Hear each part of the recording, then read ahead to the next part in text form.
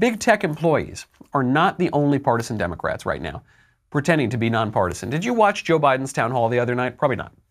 Who would have? So this was on NBC, and it was a town hall with undecided voters. Now, the undecided voters come out and they ask these softball questions to Biden, and this is supposed to be a nice, fair, nonpartisan event, right? The trouble is, some of those undecided voters looked familiar.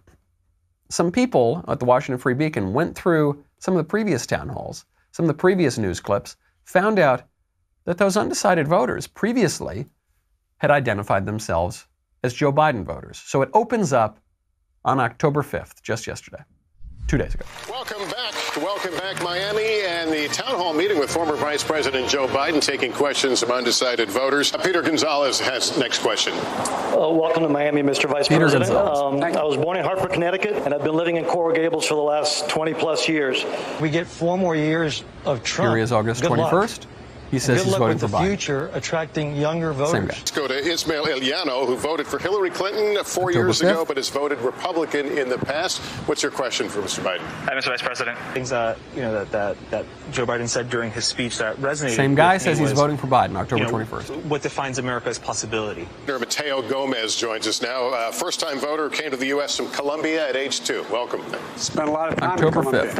Thank you, Lester, for the introduction. After watching the debate, Mateo Gomez told us he really didn't September feel 30th. like he got a whole lot out of it, and it really did not do a lot to help him. If you had to pull the trigger and vote for someone tomorrow, how would you vote? September 30th? Probably Biden. He's going to vote for Biden. It would be there it is. Because just how unpresidential the whole entire debate was. So we've now got 3 allegedly undecided voters on NBC who are all self-described Joe Biden voters. So it's a farce. It's not real. It's a show. It is a total performance of lies. That could be the subtitle of the election. They're all pretending. Look, we're not really political. I love this it's always my liberal friends who tell me this.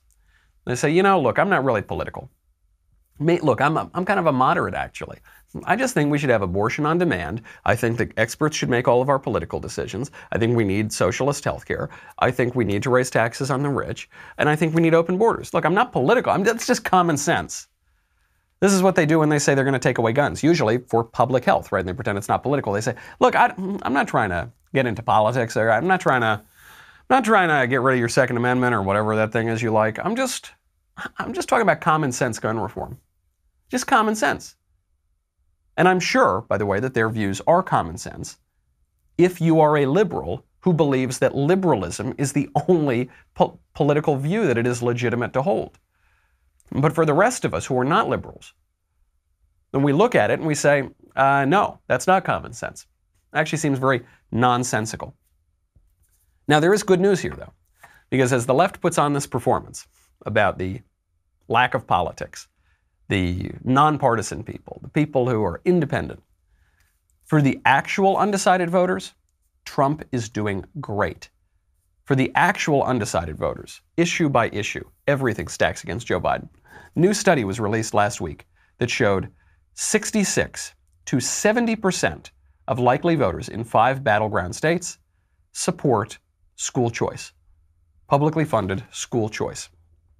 School choice is a huge winning issue for Republicans. We should talk about it all the time because Joe Biden totally opposes it.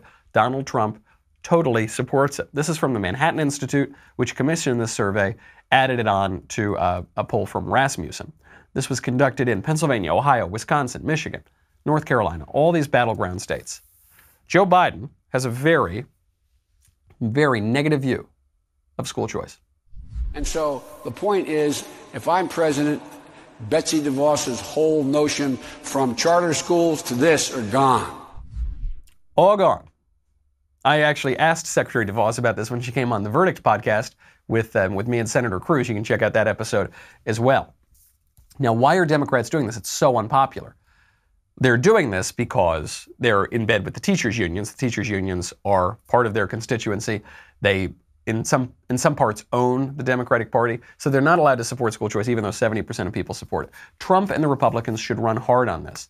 If you enjoyed that video, and I would hope that you did, please be sure to hit the subscribe button so that all of the befuddled radicals wading through the wasteland of YouTube knows where they can get the truth.